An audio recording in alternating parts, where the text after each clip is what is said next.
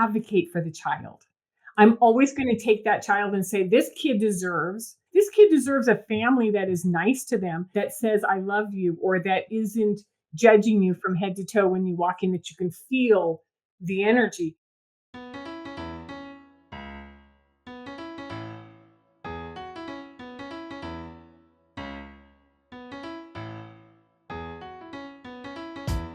"83% of Americans identify as not very happy, which can hold you back and negatively affect your relationships and your business. On this podcast, we discuss the proven steps to happiness so you can restore balance and rekindle your joy."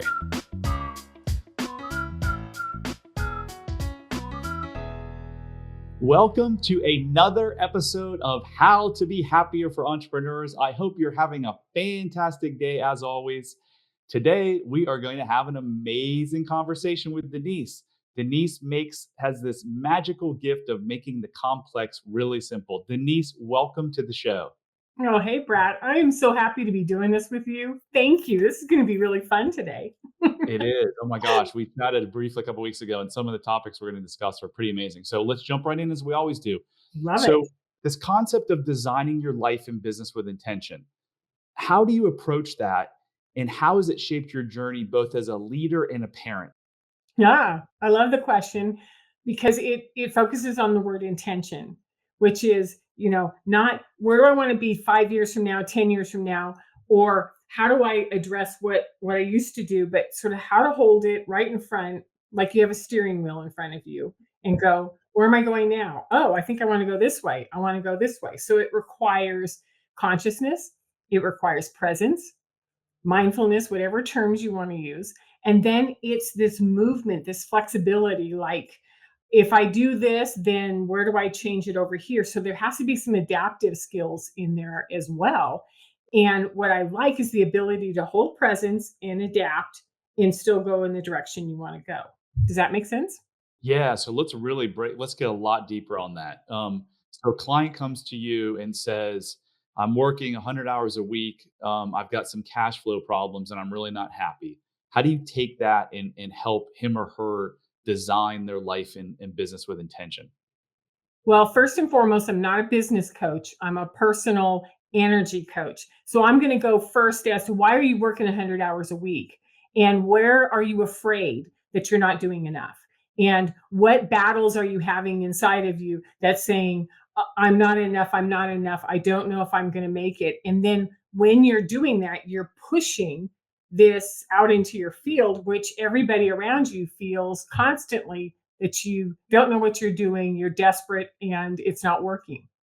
So the first thing that I do is go into, well, what's your intention? Is your intention to be such a hard worker that you're miserable? And I have a tarot card that's like, is this what your life looks like? Are you juggling 100 things and nothing's working and you're in no money because there's no room for money to come in, right? Because I'm a tarot reader, so I'm by design, I'm always going to bring a card in and goes, if this is your life, then how do we put down some of those balls? And why are you working 100 hours? And where's the fear coming from? So the Interesting. intention is to reduce the fear and then to open up the joy. So I think I know the answer and I agree with what you said, but I want you to explain if someone's working 80 hours or 100 hours a week, how do you know they don't feel enough? And how do you know that there's fear in their life? I would say intrinsically, if we're working 80 to 100 hours a week, we don't have a balance. And when we're out of balance, then we're suspect to other feelings, energies coming in, anything. So whether it is criticism, judgment, I'm trying to keep up with the Joneses, I'm trying to match what my brother does or my parents gave us. There's something else driving that, which is getting in the way. And I'm Yeah. going to take that into parenting. I'm going to take that into love relationships. I'm going to take that into friendships or your relationship with the world. If you're working 80 to 100 hours a week, then my guess is that you're trying to catch up on something or something's out of sync. Yeah, one of my mentors, Marissa Peer, she's been in this business helping people for 40 years. So she's helped thousands of people, right? And she's like, I've never met a workaholic who had high self esteem. Yeah. And usually there's this repetitive pattern in their head, which is they hear their father's voice, they hear a teacher's voice, they hear something, and that's just tapping them on the back. And so, what I love is this is the way that the devil card has been portrayed in the Osho Zen, which is I don't know who I am, but I'm sure as hell going to pretend to be exactly like everybody else. And there's a lot of stress in trying to keep that costume on, trying to keep that pretense going because you've been conditioned that maybe productivity. Let's say you come from a family that is a Ivy League graduate, in the legal profession or political profession where there's a lot of expectations about what you are going to be able to produce as well. And you have a sensitivity to you are creative, and this doesn't work for you, but you've lashed on these pretenses. You put the suit and tie on, you go to work, but you're not happy, and at the core, it's not working. Denise, explain for the viewers who aren't going to be actually watching, or the listeners, I should say, what does the card look Oh, like? I forgot about that. Thank you. So this is the picture of an adolescent lion, and in the middle, surrounded completely by a herd of sheep. Now it looks to me the story of the card is that the lion was born and the sheep adopted it, and it was like, I love these sheep. It's just so wonderful. And then as the lion starts to grow, the sheep get more and more uncomfortable, or the lion gets more uncomfortable because it's different and it doesn't match those around it. So it starts to sort of pretend and carry. It's even got some lions, or excuse me, a sheep, some sheep wool tied to its body so that it can pretend to be a sheep. So, and within Osho, he calls this the devil card, which is where we bought into the conditioning of the world around us, and we're not being ourselves. Yeah. So, yeah, that workaholic does go into that. So you mentioned it's the voices of a caretaker or a parent, or possibly their voices. Yeah, and those voices could be a meaning that child placed on whatever was going on in their life. Dad and mom are fighting all the time about money. Dad's losing his job all the time. Dad's never around. Well, the child often places the blame on themselves, because if the parents are messed up, oh my gosh, I'm really screwed, right? But if it's my fault, then all I got to do is get better, and then I can get the love, or my dad's job will he won't work so much, he won't be gone. So that's what we often find in the work, and that was what controlled me for 47 years, was the meaning I placed on stuff that happened to me as a child. It's really interesting. So how do you shift that in someone? So let's say use me as an example. Dad hit me, dad made fun of me. So I had this image that I'm not enough. How do we heal that with your work? Well, the work that I have spent the last 25 years doing is working with the adolescent or the young adult who is in programs, in therapy, has been, under IEPs at school, special challenges constantly because that kid doesn't fit within that family system because the tension is so raw. Okay. What's the IEP? A individualized education plan within Okay, it's a program that the schools assign so that each teacher has a way to adapt gotcha. education. Okay, so what I love is I can hold the child, and then I can turn to the parent and say, this child is having a hard time around you because you're angry, you're not present, you're not working, you're trying to, something's out of sync with you. Now, if you want a relationship with this child, and I like to hold the child, theoretically out there, then what does this child need from you that's different? And so it takes it out of I have to do this for myself to I need to do this for my child, for my family system. And what I like about that work is we're much more motivated to save our children than we are to save ourselves. And then in the process, we save ourselves because we reparent. So what that child needs mostly from us, that teen, that adolescent, right? That young adult, is that they need to hear that I get it. And this is what I'm going to do to work on me. And then they go, okay, then this is what I'm going to do. And then all of a sudden you have a shift or a transformation happening within a very tight family system that was driven by the courageous young child. Do you know that's exactly how I was in this invisible prison for 47 years and I had no idea. And it was in getting my son help for his anxiety that I came across my issues. And this performance coach was like, you have a tick, like you blink like crazy when you talk about your childhood. You may have some childhood trauma that's actually unresolved, that's actually affecting your son's anxiety. I'm like, no, not me.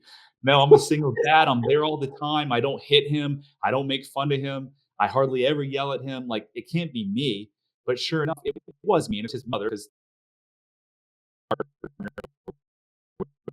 someone who has, some of the similar issues. But really fascinating. Okay, so the parent comes to you with the child.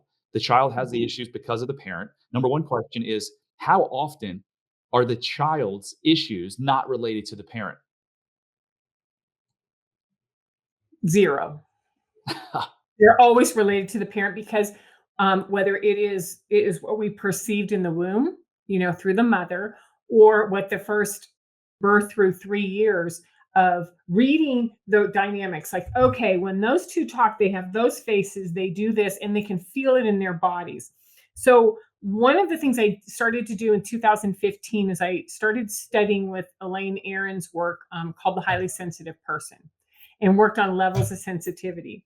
So here's another tarot card to show you, which is a picture of a woman who's glowing with this red, or this light, this warm light around her. And when she's touching the tree has the same glow, and she has the same glow. So she's matching it energetically. So what happens is that when we're sensitive, and all of us have levels of receptivity that's sensitive, is that we're reading the environment, we're reading the climate in the house, we're reading the eye contact that mom or dad makes, we're reading the posture. And so we are adjusting and trying to adapt to, is this a safe place? Is dad mad? Is mom mad? What's going on? And so then there's this anxiety and this tension, which means that the vibration of the office, the vibration of the house, the vibration of the classroom is not comfortable. And then we're told, just buck it up and do what you're supposed to do. And that's the old thinking, which is just thrive in it or get out.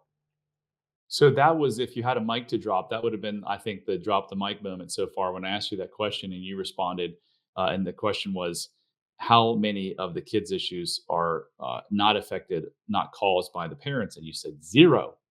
Um, did you guys hear that? Like, that is pretty profound, right? If your child has behavioral problems, if they have anxiety or depression, if they're getting terrible grades in class, it's not your fault, but you are causing it. And you're causing it probably by the way you were raised. So if you want to fix your child, you've got to begin by fixing you. And I'm going to take back that word fix. I'm going on just a couple hours of sleep here. I don't like the word fix because I don't believe any of us are broken.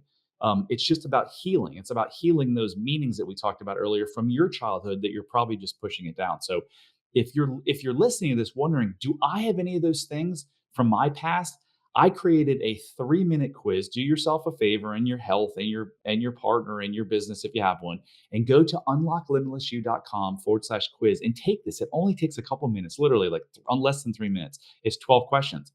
It will tell you if you have some of these meanings or these limiting beliefs that are buried in you that may be affecting all kinds of things in your life, your kids' behavior, your addiction, your drinking, your depression, anxiety, whatever it is. So do yourself a favor, go take that quiz. Okay, so Denise, this is great stuff. So now we've agreed that the parents are the cause of it. It's not their fault, but they're the cause of it. Now what do you do? What do you work with the child and the parent? You know, I love that because I don't work with the child. When I was working in therapeutic placement, I ran admissions I was a gatekeeper for psychiatric evaluation hospital, for a therapeutic high school, for, a young adult independent living program. So in admissions, my job was to assess what was going on with the family and decide if that teen or young adult was appropriate for our program. What I started to do was hold my hand out, and as I'm reading their psychoeducational testing or listening to the reviews or the interviews I have to make in order to make that decision, the kid's sitting there talking to me like, "We'll ask him about this. We'll ask him about that." And I'm like, what the hell is happening? It's almost like in Star Wars where R2D2 has, Princess Leia says the hologram comes out, help me, I was like, oh, this kid's talking to me. So often when I'm working with the parents, they go, well, don't you want to meet my kid? And I go, I don't need to. I can already feel what their experience is. And so let's talk about how to get in touch with being aware of what you're sending out and what aware of what you're holding in, and whether or not that is a feeling that's comfortable for you. Because my guess is when you get comfortable as the parent with being able to say something from an authentic place, or to be able to recognize that you're breathing is down in your deeper part of your chest and not up here in your throat, or that there aren't shards of tension coming out of you, that everything changes in the family. Mm. And yeah, and it did in my world. So I was a little confused at first because when I asked you about myself, you said I only work with children. You heal children, but by working through their parents, is that right?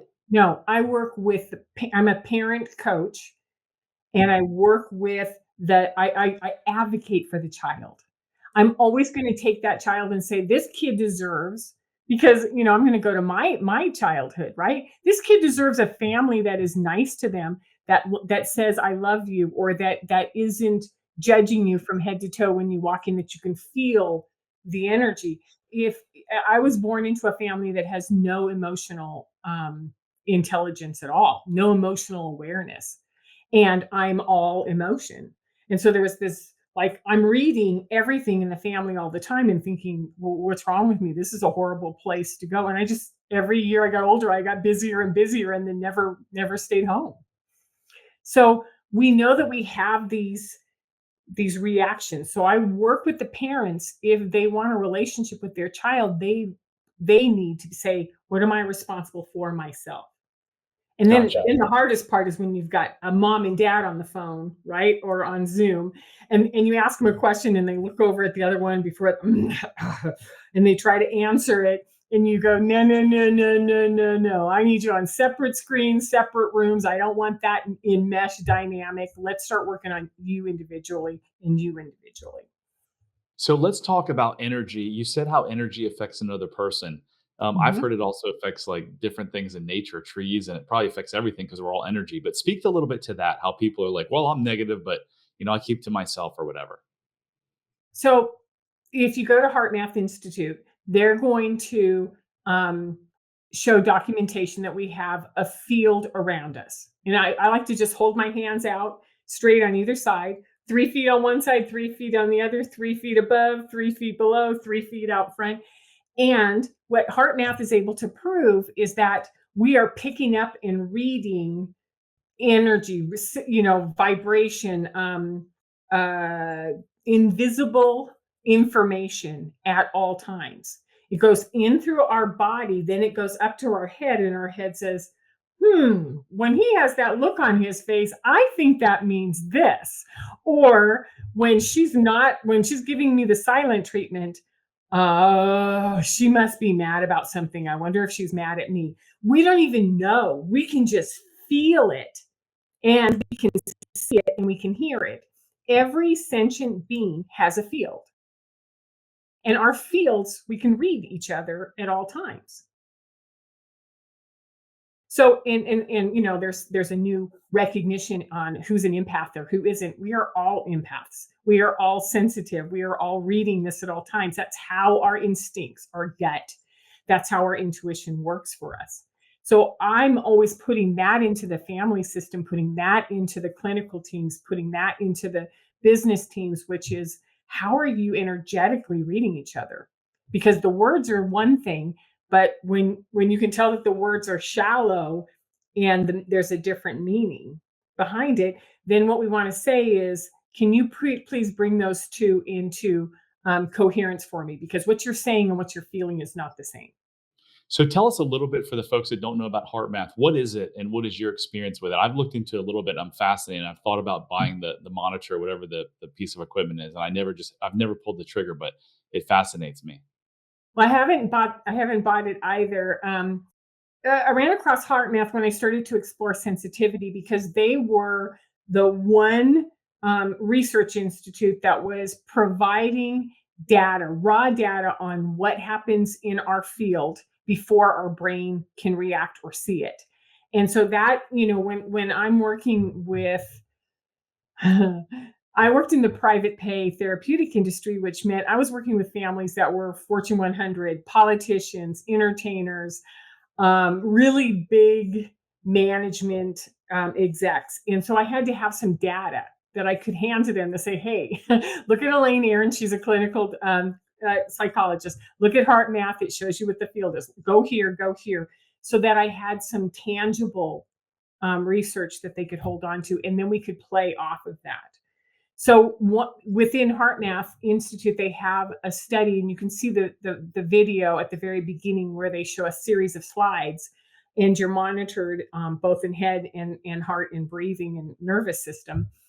And they were able to prove that before the slide even came up, the body would have a reaction to it because time and space moves around differently in your field than it does in your eyes and in your mind. And so whether it was a picture of a sweet, little puppy or a car accident, they were measuring the field responses way before the slide even showed up. And I Yeah, thought, no, I saw that's that. got That's incredible. yeah. That's incredible. So just so the folks that don't know, there's a participant sitting in a computer monitor, and stuff is coming up, and the heart actually felt it or knew it was going to come up before it even showed up on the computer screen. Heart Math, I don't know if they were the ones who determined it, but they were the ones to determine that the energy of the heart and its span outside the body was even more powerful than the brain, right? 5,000 times more powerful, more intelligent than the brain. Because what we know is that everyone has a field, and we're interacting with each other's fields at all times. What happens after our field is impacted is our brain, our analytical system starts to go, oh, nervous system is doing this, breathing is doing this. I'm reminded of, oh, she looks like my mom when she does that. Like, the example I would use is my husband and my mother both used silent treatment. And I could tell when they started to do that. And I was like, oh, I could feel it. It was just vibrating, right? So then your brain puts meaning to it. So your brain is so minute compared to the intelligence available within your field, within your heart.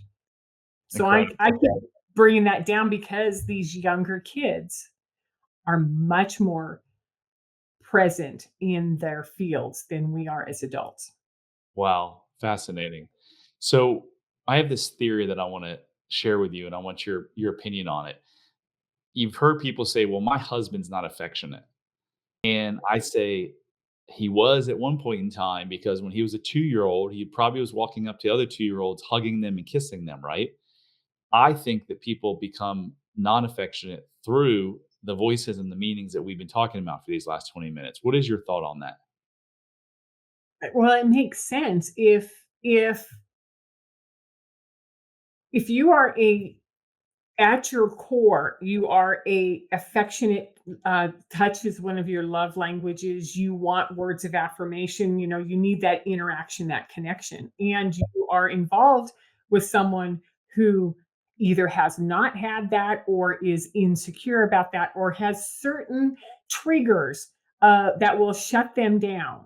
Like, for instance, if you're not listening to them when they tell you a story, if they go to touch you when you come in and you've got kids diapers, you're like, shit, get off of me, I can't even, these things start to turn into these patterns, which is all I have to do is watch her energy or his energy, and I can tell you that the spikes are up and don't go close. And then that person's like, how come you don't touch me anymore? You're like, I need your spikes to go down, I need you to stop emitting all of that you're doing. And then it's like, he said, she said, or you said that, and you point the finger. Well, so the line that I always work with is, if you would, then I would, is not the right way to go. In other words, if you would just touch me more, then I would be much more affectionate.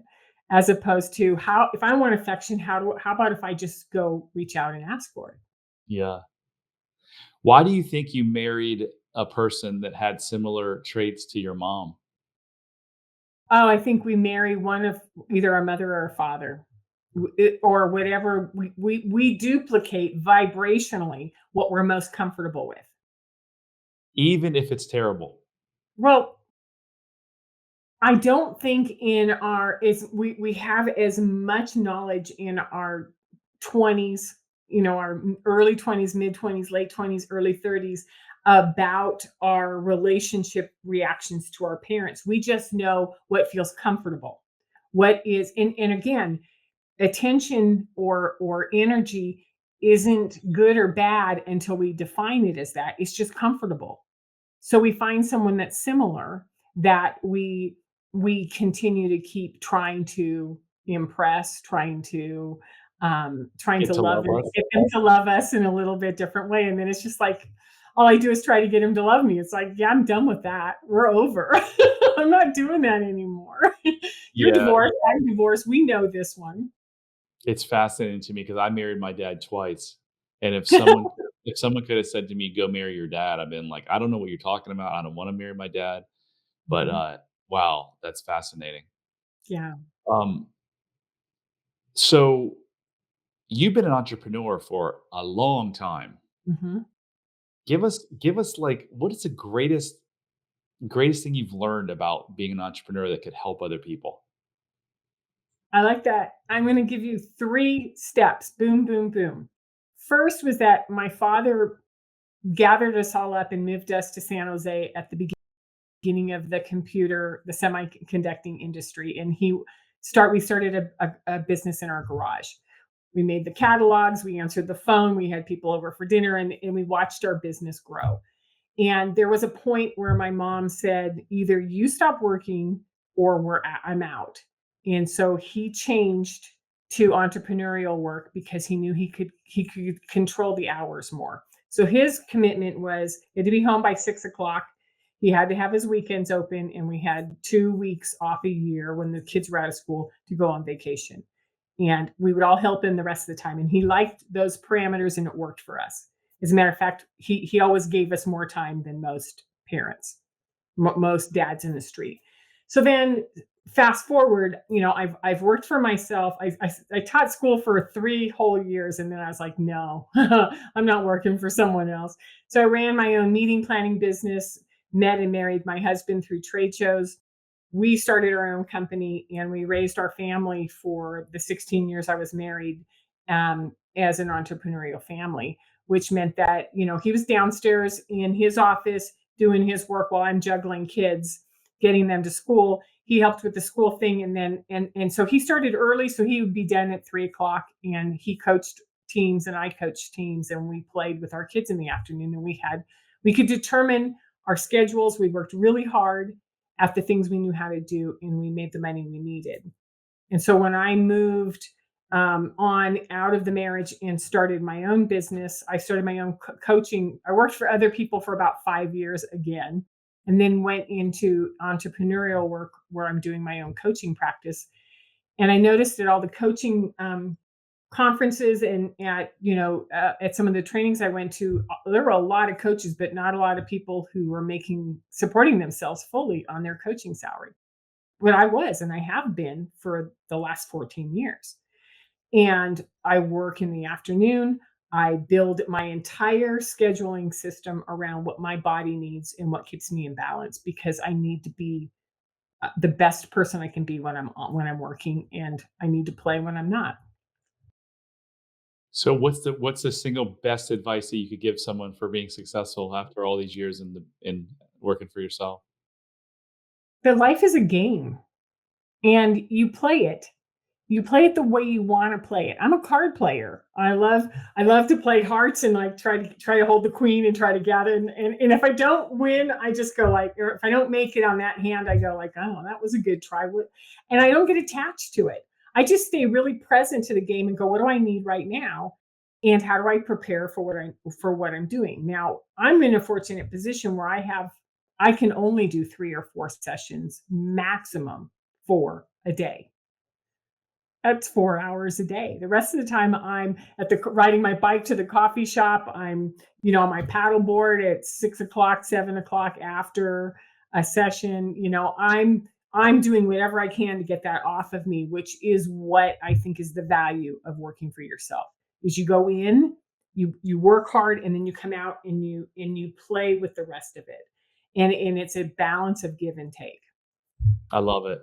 What do I need right now? That is a question that you can ask yourself on a daily basis. When your spouse comes to you and you shut down, when you're thinking about not going to the gym, when you're thinking about opening up that next six pack of beer, just ask yourself, what do you really need? What do you really need? You don't need to shut down. You don't need the beer. You don't need the porn, whatever it is. You need something else. And it's probably because you're scared, you're afraid of something. You need someone to love you, to understand you. Get curious with that. And that single thing right there can bring so much joy in your life. Just what do I need right now? Denise, how can people reach you if they want to reach you? Well, I just finished my new website. I told you I'd have it up before we interviewed. It's at denisedryden.com. It has links so you can book a session with me, or you can just explore what my approaches are and how I work. And there's some great pictures on there from Montana. Is there and spell Dryden for us, please? Dryden. And So is it's there a Go sorry, ahead. go ahead. No, go ahead. No, I was just gonna ask, is there a is there like an ideal client that works with you? Yeah. It doesn't matter if they're old or young, doesn't matter if they're in a relationship, out of relationship. It's that they're ready. They're ready to actually do something, because I'm a double Pisces. I'm an intense human being. I can read their energy and their field all the time on them. So when they come and say, "Yeah, I want to do this," and they don't do their homework or they don't want to work, you go like, "Oh, yeah, come back in a year or so." But when someone comes in, they're ready, it doesn't matter what the problem is, whether it's a child, whether it's you, whether it's your health, whether it's your work. If you're ready, that's when it's fun. When you go, okay, I want to try that, and you go try it, it actually works. Then it's got, give me another one. Let's try something else. Because what we're doing is we're learning how to use this field, how to stay in that place of joy all the time. Love it. Love it. Well, Denise, thank you so much for all the wisdom that you've imparted on us. This has been amazing. Thank you, Brad. It was so much fun. I like your questions. I wish we had more time. I could talk for hours, as you know. I I could too. So this concludes another episode of How to Be Happy for Entrepreneurs. Remember, I'm on a mission to help 1 million people profoundly change their lives by getting rid of these self-limiting beliefs that are causing the suffering or the struggling in your life. So I need your help. So if you like this podcast, share it, rate it, review it, whatever you can do, subscribe so that we can get this word out and we can help more people. Until next time, love heals all. Hit subscribe if you don't want to miss out on more life-changing content. And if you're struggling, you don't have to. Go to bradchandler.com/contact. There, you can join the Facebook community of like-minded entrepreneurs, and you'll see a button to schedule your freedom and happiness call. See you on the next episode.